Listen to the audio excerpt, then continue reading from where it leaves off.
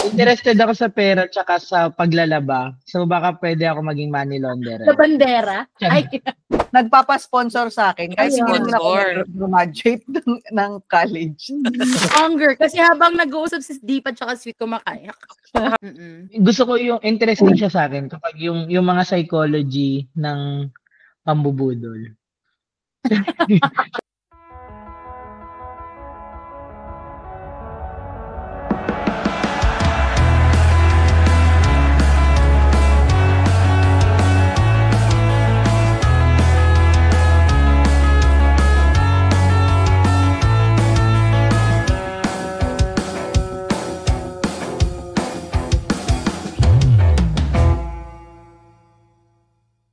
Sa lahat.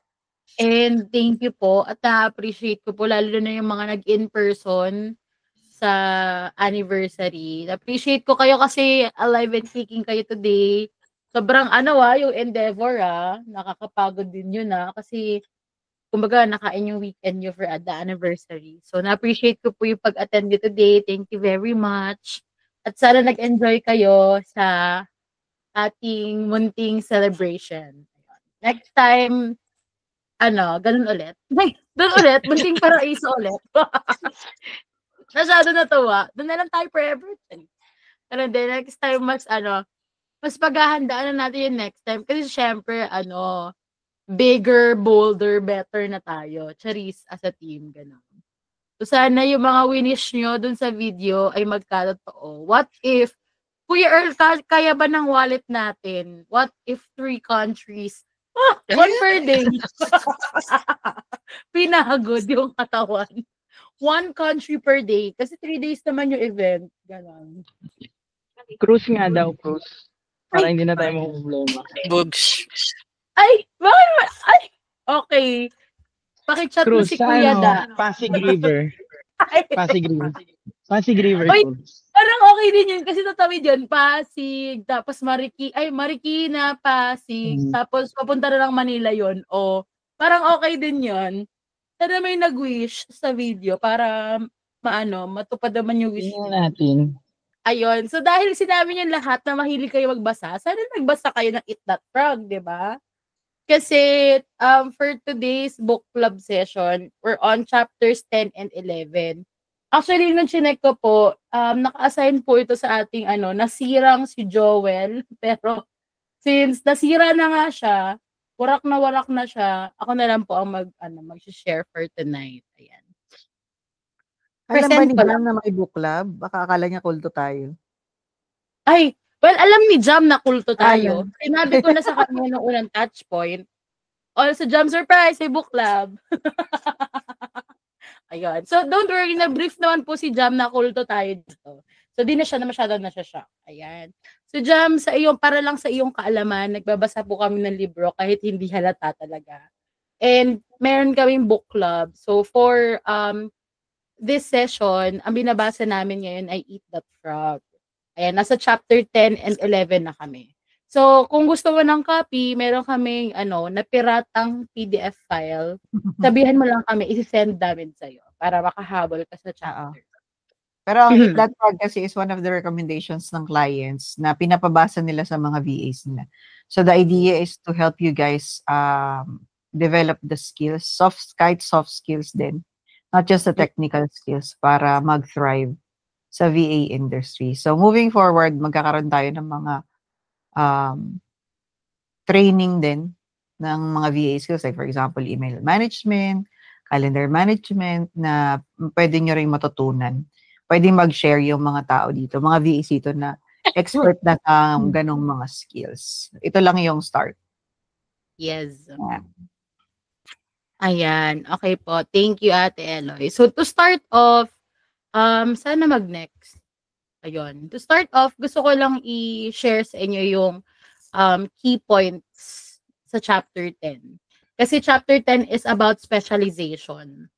So, I think nakuha natin to kay Chan, na nakuha niya kay Grant, yung dati nating client, na sabi daw ni Grant, ay narinig din daw to ni Grant, na the riches are in the niches. Sana tama yung pagkakaalala ko.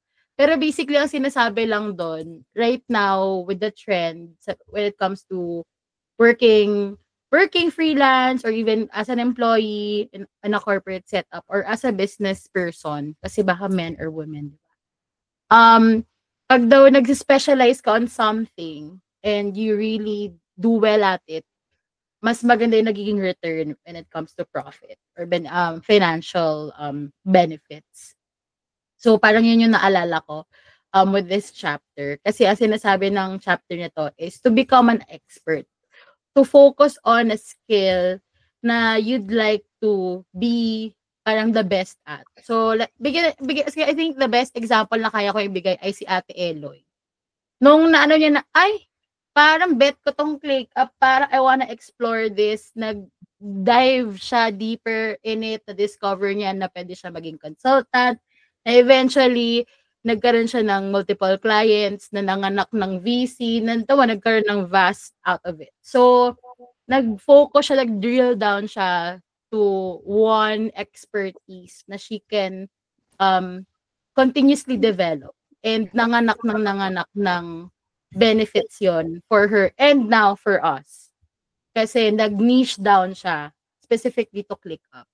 So parang ganun yung sinasabi ni chapter 10 na you have to, number one, become an expert doon sa bagay na gusto mong i-pursue. Let's say, for example, you're really into social media management these days. So parang you have to, syempre, learn the craft. Kailangan lagi kang ahead sa competition. Kailangan lagi kang in the know.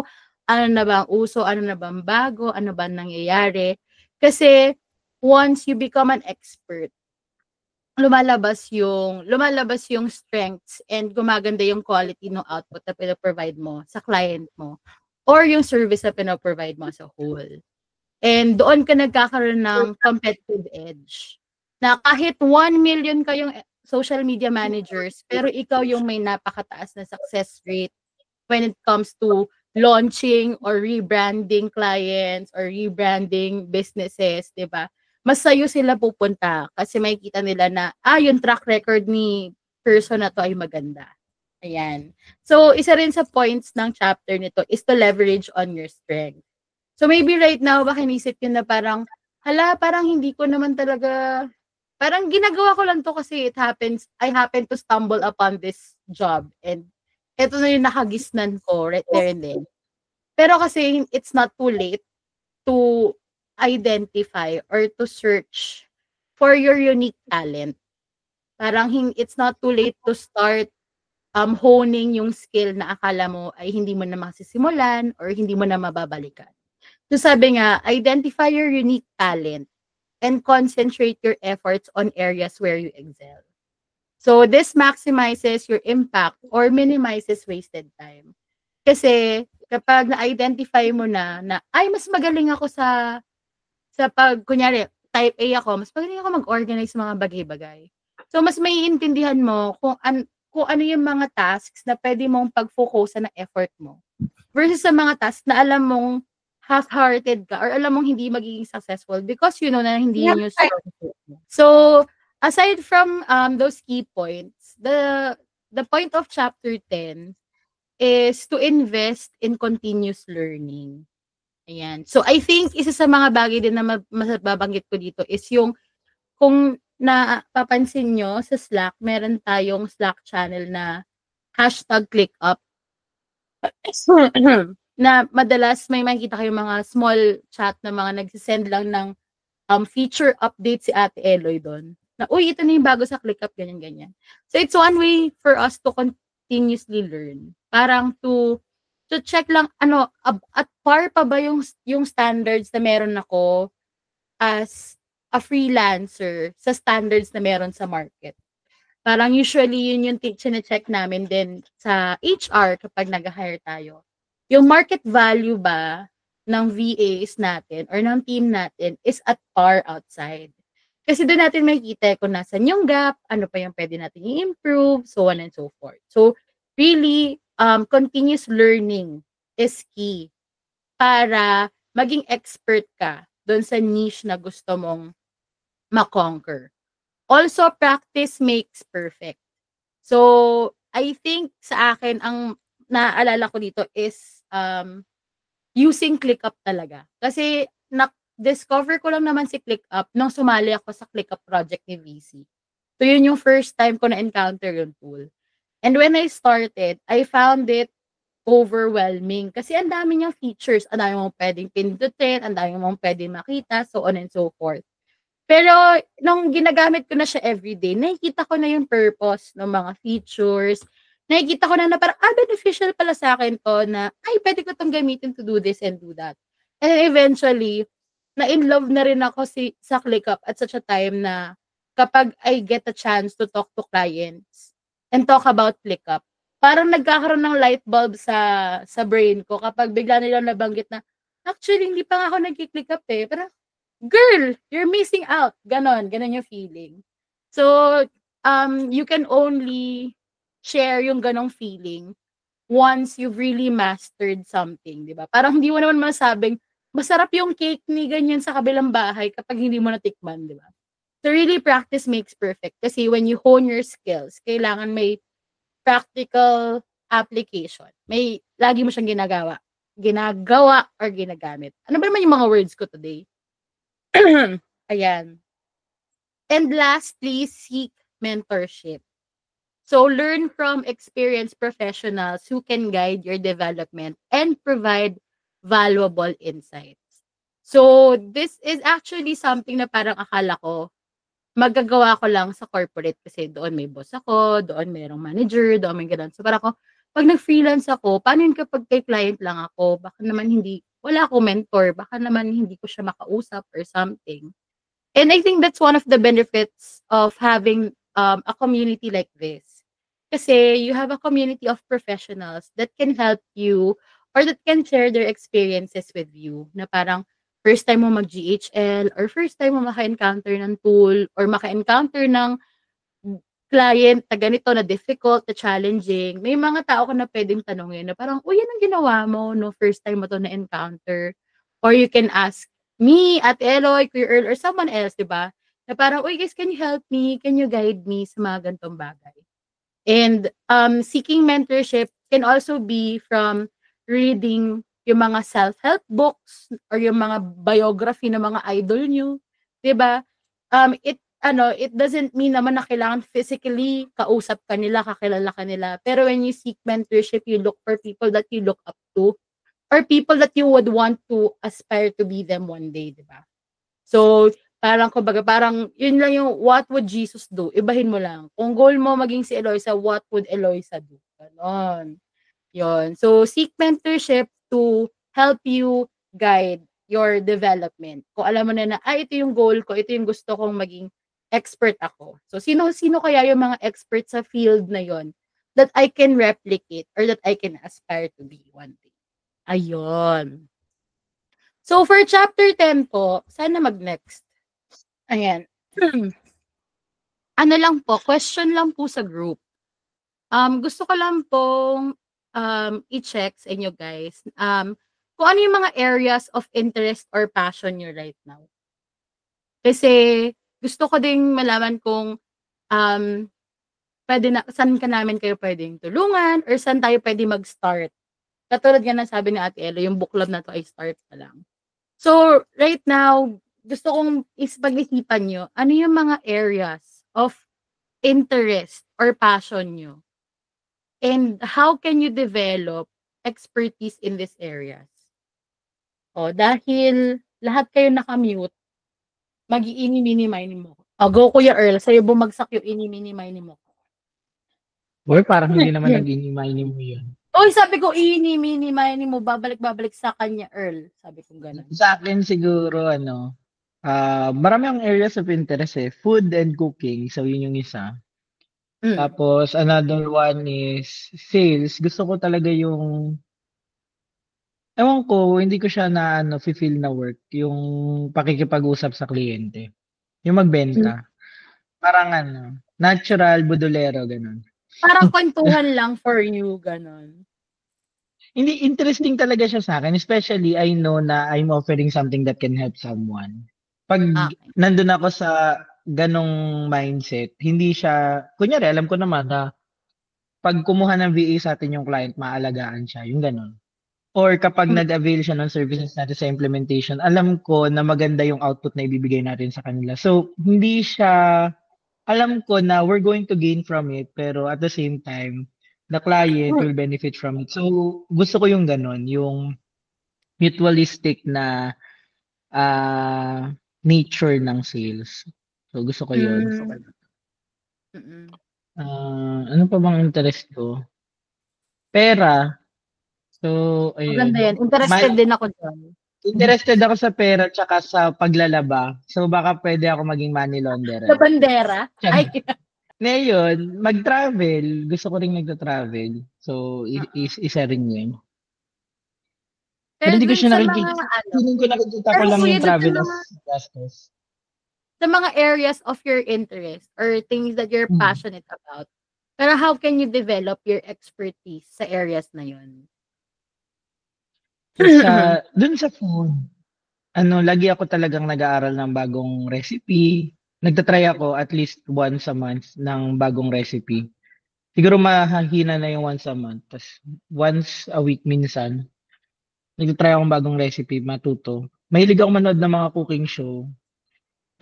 Sa sales naman, mahilig ako makinig talaga ng mga trends. So, paminsan, nag-YouTube lang ako, ano yung mga trends, ano yung mga mabenta. So, part na rin nun kung paano mag-market, ano yung psychology ng sales, ano yung mga words na dapat binibitawan mo, ano yung words na dapat ginagamit mo when you're talking to someone, paano yung cadence ng pagsasalita, yung mga ganun. Gusto ko yung interesting siya sa akin kapag yung mga psychology ng pambubudol. Psychology ng sales. Interesting siya sa akin, lalo na kapag pag mayroong mga nagtuturo kung paano siya gawin, tas backed up pa nila ng science, ng psychology, sobrang nun, parang nahuhook ako sa ganun. So, dun ako nahuhun. Tas makinig din sa mga taong nagbebenta, paano nila ginagawa. Diba? Yung mga ganun. May pattern naman eh. Anyone na successful, meron siyang iiwan na pattern kung paano siya napunta dun sa success. Alright. Thank you, Kuya Earl. Next po. Kuya Earl, ikaw ang magtawag ng next person. Gusto ko kasi ang sasagutin nilang question is, what are your unique strengths and talents? And how can you focus your efforts on leveraging? Ang next ko nakita is, okay, ang kita ko kasi sa akin ay si Elaine. So, Elaine na lang. Go, Elaine. Sabi ko na may katuba ko eh. Naramdaman mo na, B? Naramdaman ko, B. Oo. So, ayun na nga. Ano ba? What are your unique strengths and talents? Siguro yung, ayun nga, yung passionate kasi ako sa arts talaga. Kasi dati nagdo-drawing talaga ako. Ngayong medyo busy na. Kaya hindi na masyadong at saka mahal na ng gamit, B. Ayun. So, ngayon, focus ko yung sa digital arts. Ayan, mag-Canva. Tapos, design, ganyan. So, yun sa akin, ang ginagawa ko para mag-improve ako, nag-enroll ako sa mga free courses, like yung sa UPOU. Ayun, nag-take ako sa graphics design course. Kasi free lang naman, kaya, why not? So, ayun. And then, nag-join ako ng mga community sa Facebook, ganyan. Tapos yung mga content na dinadigest ko, more on, kunyari, video editing, paano ay mga tips on how to do better graphic designs, mga ganon. So, yun lang naman. Ayun, continuous learning. And, nakita ko nga yun. Ang mga TikTok na pinapanood. Huwag ka mag-alala, Elaine. Nafe-feel ko naman na andun talaga ang unique strength and talent mo. Kasi hindi niyo po alam, bilib po talaga ako sa email signature na ginawa ni Elaine. Natuwa point na nag-take ako ng admin certification sa ClickUp para may malagay siyang badge ko. yung level of saya ka dun sa signature na ginawa ni Elaine. That's nice. Nakakatawa. Magpapatotoo lang din ako dyan. Kasi nakita ko talaga si Elaine nung annual. Ang pinapanood niya talagang mga TikTok, mga reels is about video editing, about color grading, mga ganun. Nakita ko lang. Diba, parang Stalker. Charing. scary, lumilingon sa Lagi cellphone ng iba. magkatabi kasi kami ni Eileen. Grabe. Okay. Medyo kinabahan lang ako parang for the osyoso si bakla. For the ismoso. Nakataas kasi yung kamay ni Eileen, parang Ay, pinapakita siya niya pag mag cellphone. Ganon, Oo, ganun ba panood? nakatutok doon sa iba. Sorry. Tapos ang taas ng brightness, as a lola, ganon.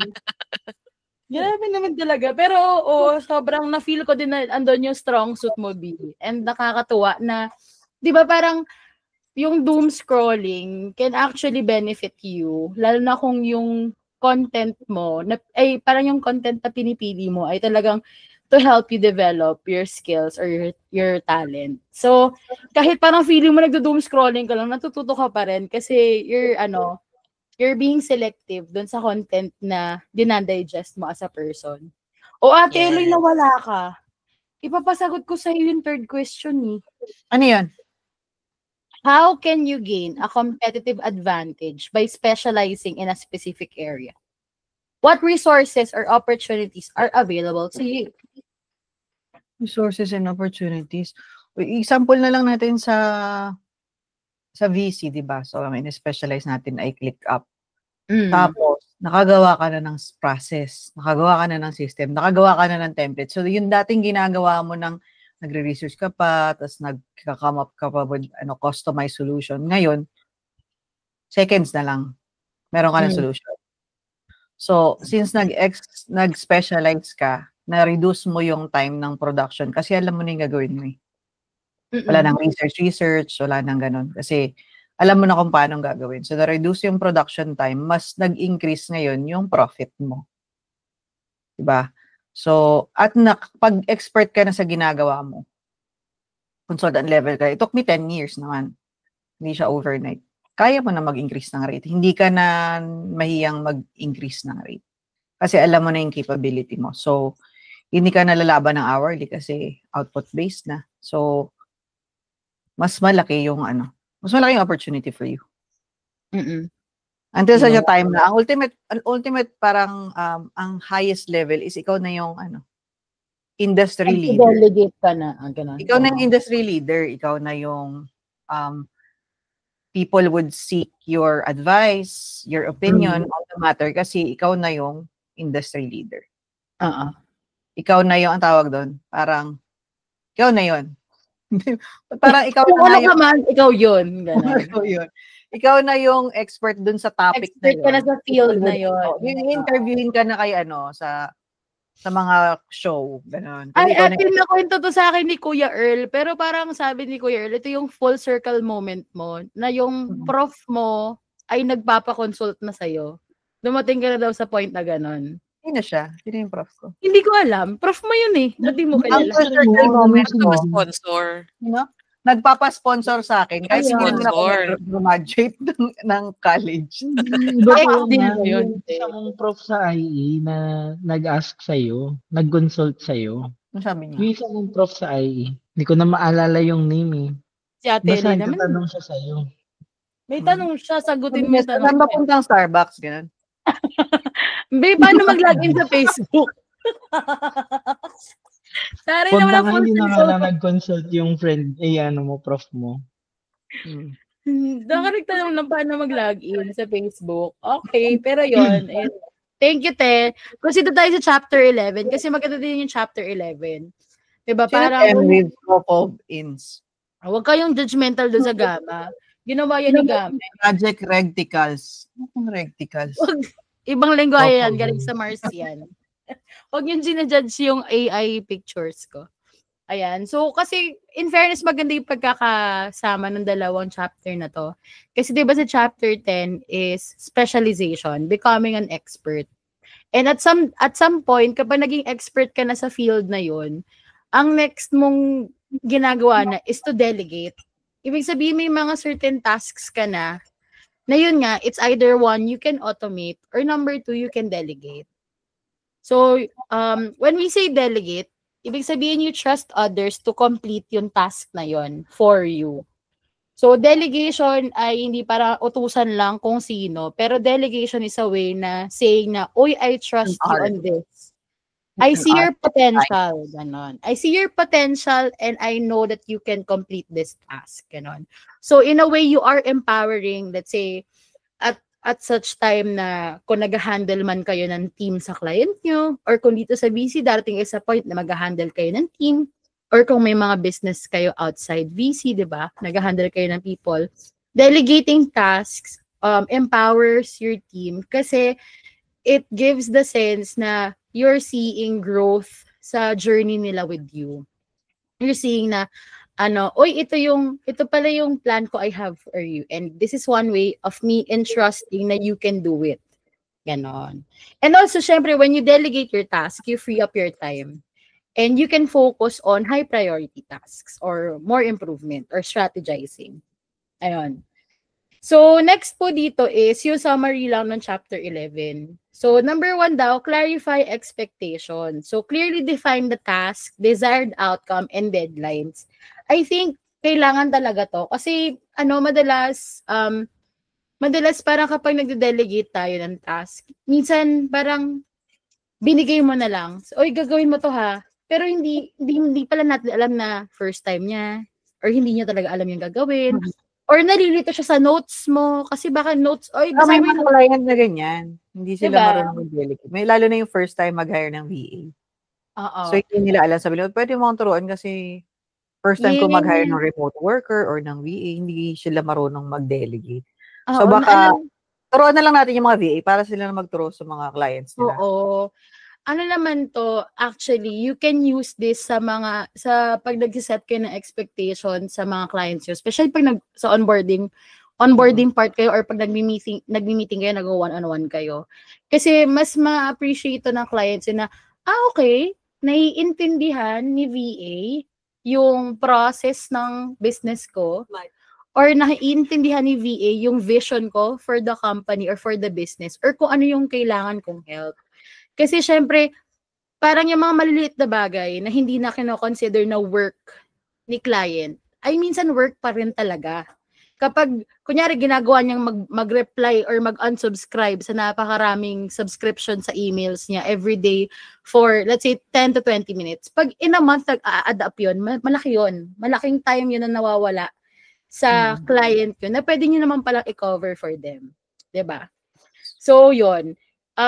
When you delegate or when you clarify expectations. Clarify expectations. Yes. Okay. So, reverse engineering natin from the perspective of the VA, lalo na kung ang client niya ay hindi marunong mag-delegate. So, ang gagawin niyo is you would ask questions. Kayo yung mag-a-ask ng ano bang definition mo ng task na to, ano yung desired output mo, ano yung target deadline mo. Tapos yung nakita ko sa ibang clients is merong definition of successfully done. Galing dapat yun sa kanila, okay? Sila ang mag-define na, okay, you have successfully completed this task. Ano yung mga parameters? Kunwari, I would define this as completely done kung nagawa mo yung report, na-send mo sa client, at tama yung yung content ng report na yun. So, yun yung definition ng completely done. Na nagawa mo on time on this particular date. So, yun yung definition of completely done. So, pwede kayong mag-probe, mag-ask sa clients, lalo na kung hindi kompleto yung information na binigay sa sinabi na gawin mo to. Ganun. So, pwede nyo rin yung gawin yun sa akin kasi minsan nagmamadali ako. O minsan nakala ko na-explain ko na. Or minsan nakala ko na may, ano yun? Telepathic, ability. Akala mo na send mo na yung message mo, nasa brain mo pa pala. Nasa draft ko pa pala ng Slack. So, pwede nyo rin yung gawin sa mga supervisors or managers. Ayun. Yes. Ayun. Clarify expectations. Number 2 is select the right person. So, choose individuals with necessary skills and experience for the task. So, kung i-reverse engineer natin to, ate, for the client. Paano kung ikaw ay VA tapos binigyan ka ng task na kailangan mong mag-design ng website? Executive assistant. Hindi mo expertise yun.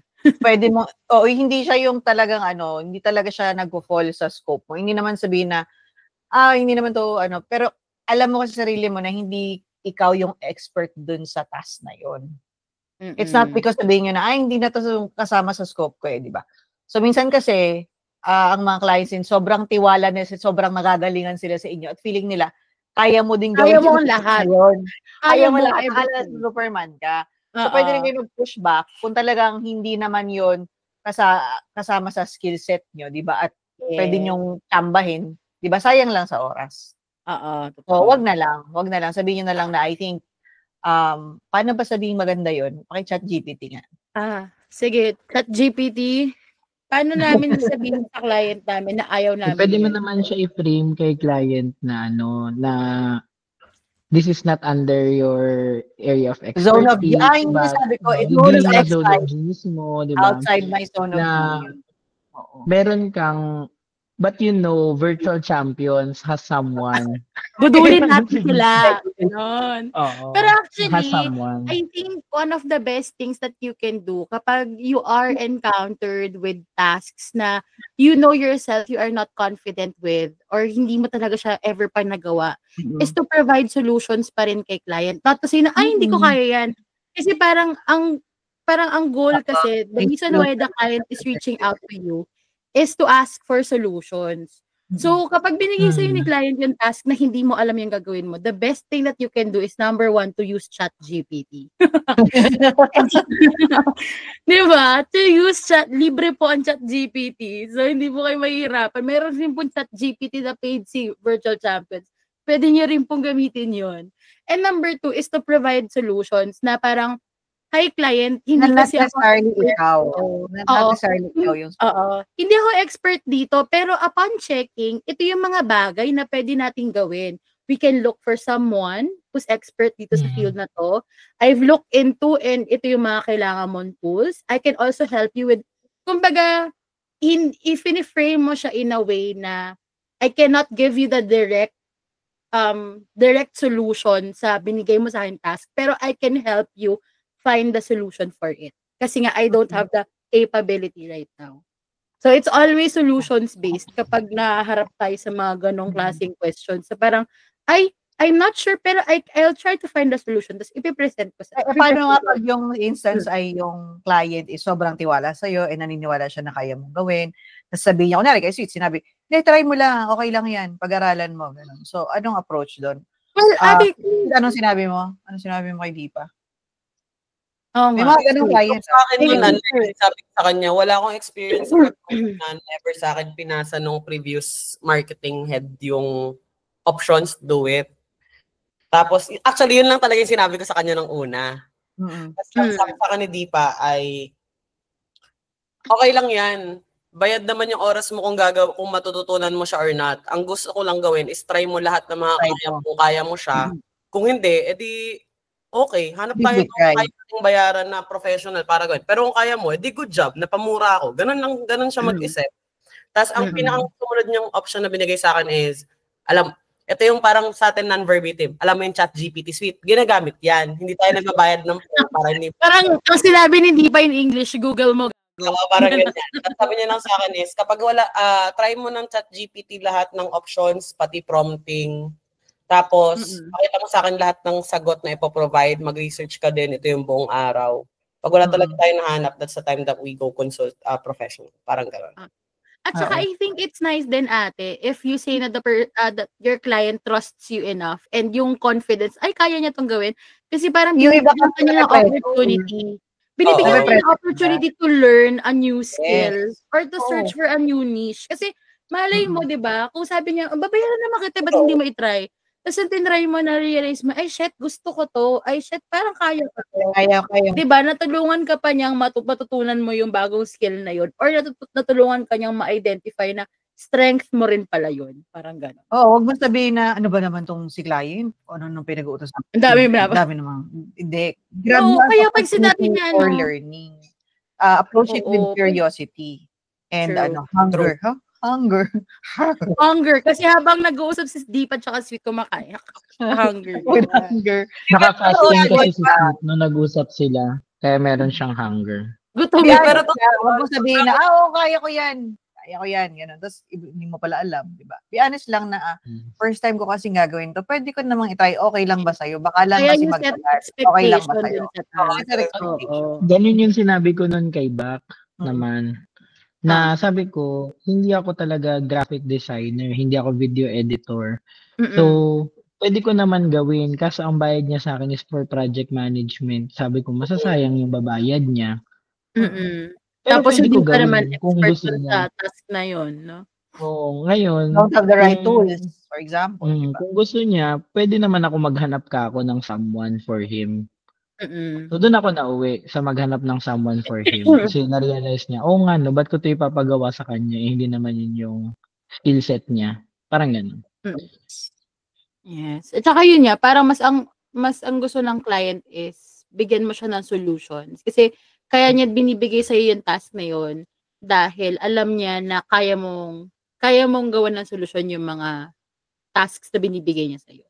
Ano ba So, rather than natin? facing a wall, 'di ba? Kaysa magbigay ka ng wall sa client mo, tulungan mo siya na makahanap ng solution. Go ate, sorry nakat kita. If someone is to parang spend time on something that he really likes or interested in at saka skilled at, talaga mag-i-improve siya. Pero pag pinilit mo yung isang tao na hindi naman niya skill set, hindi niya man interest, hindi naman niya gusto, tapos pinilit mo siyang, improve mo yan, improve.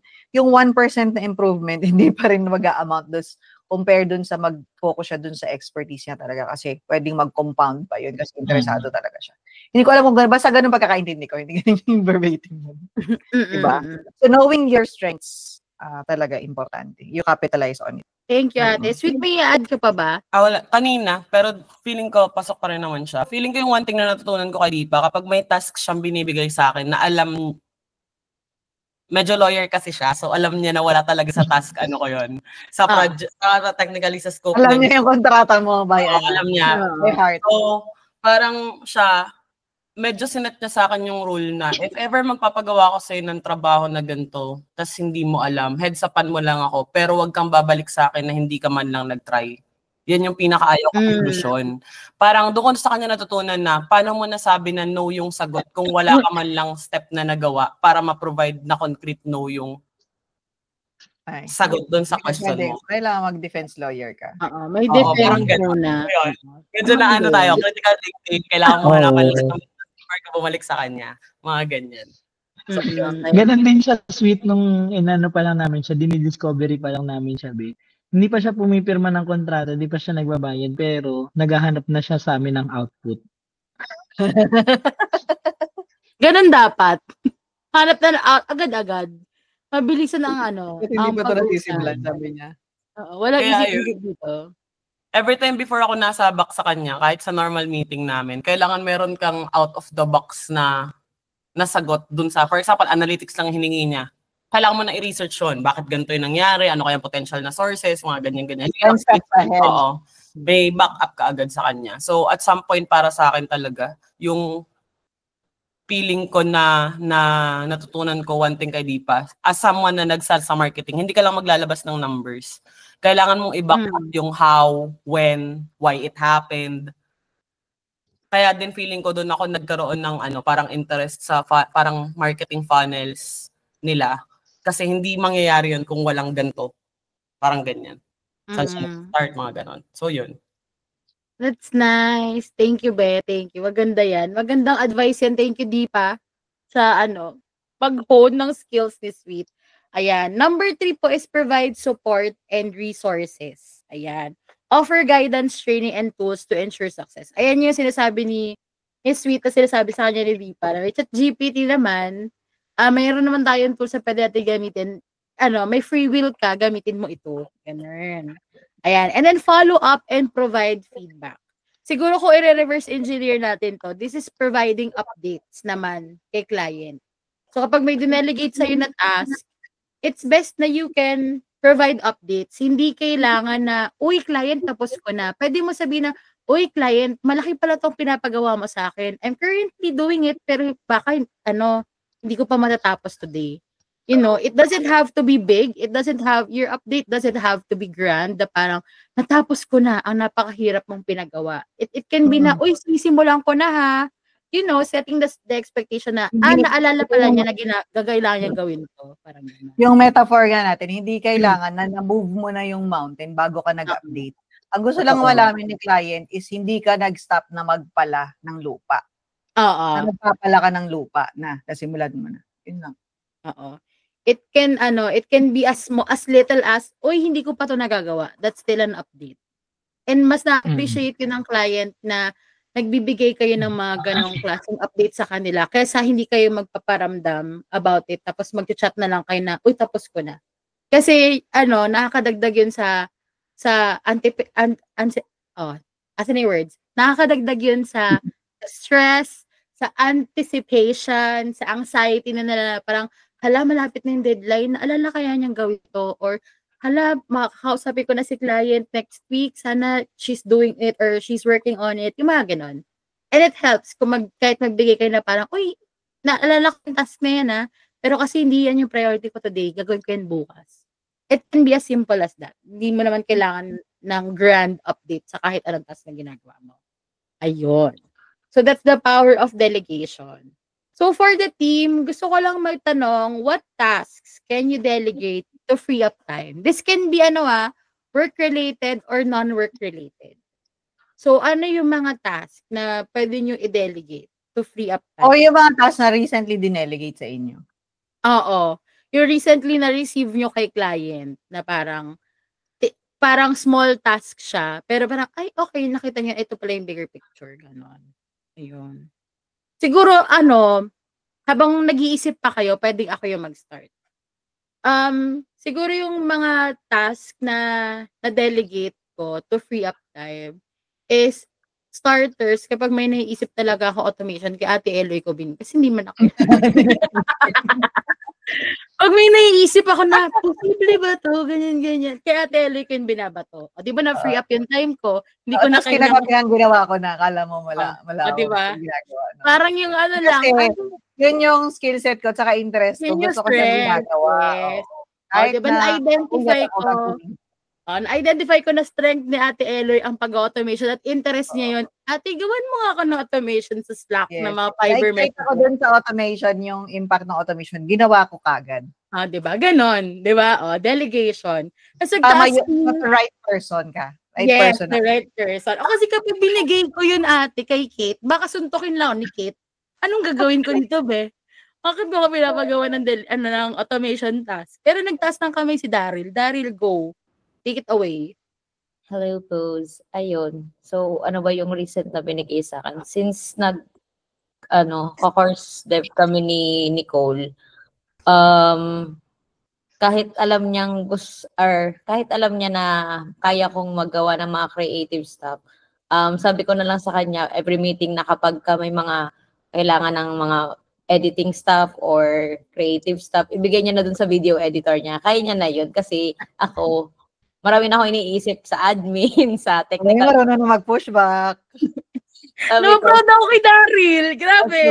Ready for mature role. Sabi ko, babe, baka wala na. Huwag na natin gawin yung mga regular task natin. Mag-project na lang tayo, babe. Ay, isa ka pag-pushback. Ano naman sabi ni Nicole? Sabi mong, ibigay na sa video editor. Okay naman. Sinampal niya si Daryl. Kausapin niya sa video editor niya. Pero sabi ko kung sige sabihan niya lang ako, baka pwede ako maitulong. Pero wala talaga. Kasi lahat talaga na mga video creation sa kanya na talaga. Kasi mas importante yung ginagawa mo. Oo. Kaya nang i-delegate yung iba. Tama. True. At saka yun yan. Diba? Delegate and delegate. Akala mo only delegation. Oo. Sabihin mo na, eto na kasi yung workload ko, ito. Alin yung gusto mong i-prioritize ko? Ito bang bagong binigay mo or itong mga nakabigay? Actually, ganyan na kami pag meeting ate since parang every week na kami nagme-meeting since my project. Talagang tinatanong ko siya, ano yung priority? Kasi lahat priority. Lahat priority. Ano yung pinaka-priority dyan? Ano yung yung pinaka sa priority ng priority mo? So, ayun. Sabi ko, ito, bukas na to, be. Ipa-prioritize ko yung membership o yung bukas na task. Oo. Okay. At saka din kailangan papaalalahanan nyo din siya ng hours nyo. Kasi minsan masyado silang natutuwa na, gawin natin to together. Uy, gawin parang, B, 4 hours lang ako a day, B. Parang, baka lang nakakalimutan mo. Re-remind ko Diba? naman. Parang, Oo. ito na yung hours ko sa'yo. Be, baka nawala sa isip mo, be, kasi parang hanggang 2 p.m. lang dapat, alas 7 na, be. Parang, baka lang binaalala mo, di ba? Minsan kasi masyado sila nag-e-enjoy nakatrabaho kayo na parang, ay, sige, push natin to hanggang matapos ang araw, gano'n. Hanggang mawalan ka na ng dugo, gano'n. Hanggang sa himatayin ka, gano'n. So, paalala nyo rin, Yan na yung at huwag kayong mag-alala. na ako, sige, pag ibigay mo na to, may video editor ka, sige, ibigay mo na doon. Kaya niya na Alam mo nga, no? So, sino pa bang pwede kong pagbigyan ng trabaho sa team mo? Ikaw ba, Nicole? Gusto mo bang gawin to? Tanong ko din sa kanya. I-delegate mo pabalik sa kanya. Ay, tapos naging good. Diba? Pero yun nga, parang naman, yung the fact na VAs kayo ni client, or to be honest, diba, kapag naman nag-a-apply kayo for the job, in-interview kayo, and kayo yung napili for it, ibig sabihin, they have confidence and they trust you enough. You can function for the role. So, ipapaalala nyo rin sa kanila na tao po ako, hindi po ako robot, yung mga ganon. Set proper expectations na, uy, kung importante yan, may mabibitawan ako ibang task kasi kung gagawin ko yan, ibig sabihin may i-let go ako na usual kong ginagawa. So, always set expectations. Ayun. So, ayun, aside from Daryl, sino pa ang recently nakapag-delegate ang task? Ma-delegate. Ako na-delegatean, hindi na siya recent yung marketing. Hindi ko alam kung ba't sa akin na-delegate yung marketing. 2 years na.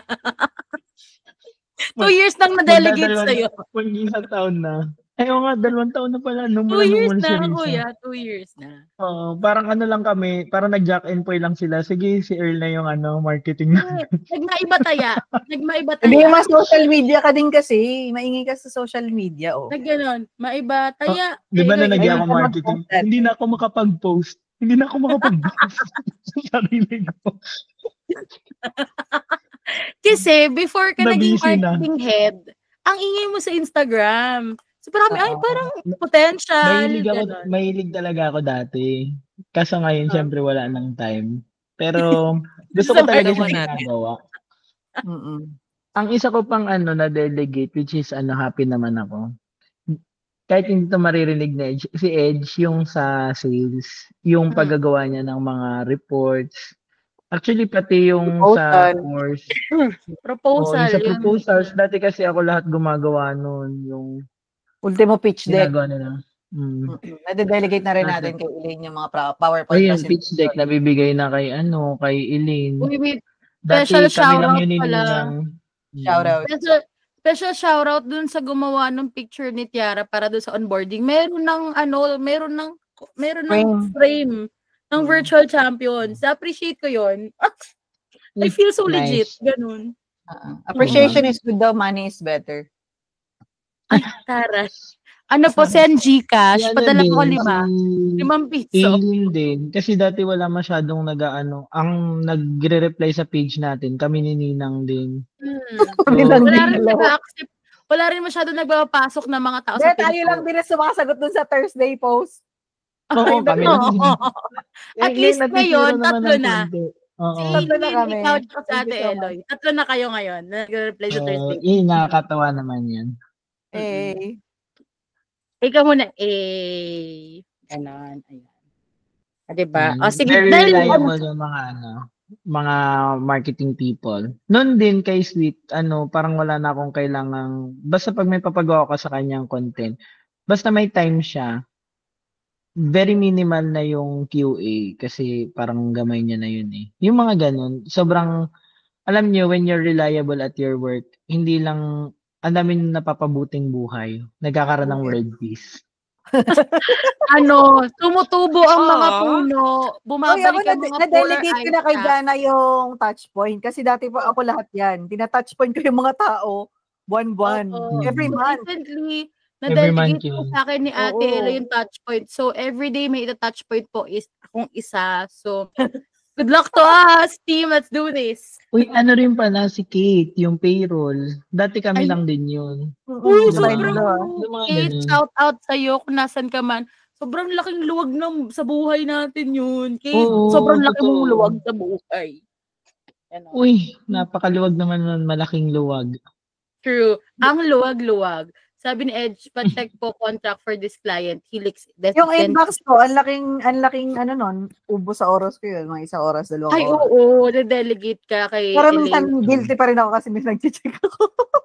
Oh, hindi mo mahintay yung automation. Kung i-check nyo yung timesheet ko, kailangan natin i-audit kasi yung time ko minsan na nagagamit sa inbox management, minsan nagagamit sa mga hindi meetings. po. Pag ganun po, hindi po valid. Hindi po dapat Yung mga bayaran meetings, kaya gusto ko na talaga i-delegate yung mga meetings na hindi na ako kasama as much as possible. Kung yung mga department heads naman natin, alam na nila kung paano mag-decide, mag-problem solving, ano yung mga factors na i-consider pag nag-decision making. So, yun. Kaya confident naman ako na kahit wala ako dun sa marketing meeting or sales meeting eventually, alam ko na you guys are in good hands.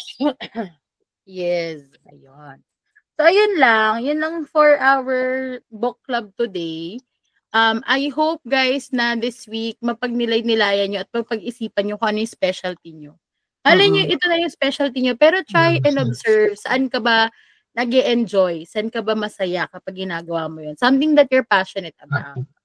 Diba? And focus on it, hone your skills. When it comes to resources naman, the internet has plenty of resources. There's YouTube, there's TikTok, diba? There's a lot of things na pwede mong pagkuhaan ng knowledge or ng learning. So, wag kayong tumigil matuto. 3 minutes. 3 minutes left.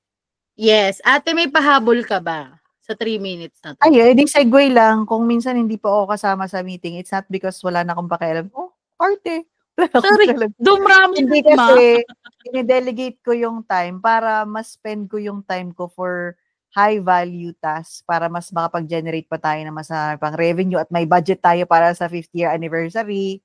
Diba? Marami pa tayong maisama sa VC sa anniversary natin. Marami pa tayong team members na mabudol. Thank you, everyone. Thank you, guys. Maraming salamat. Happy Monday. Bye-bye. Bye. Next week!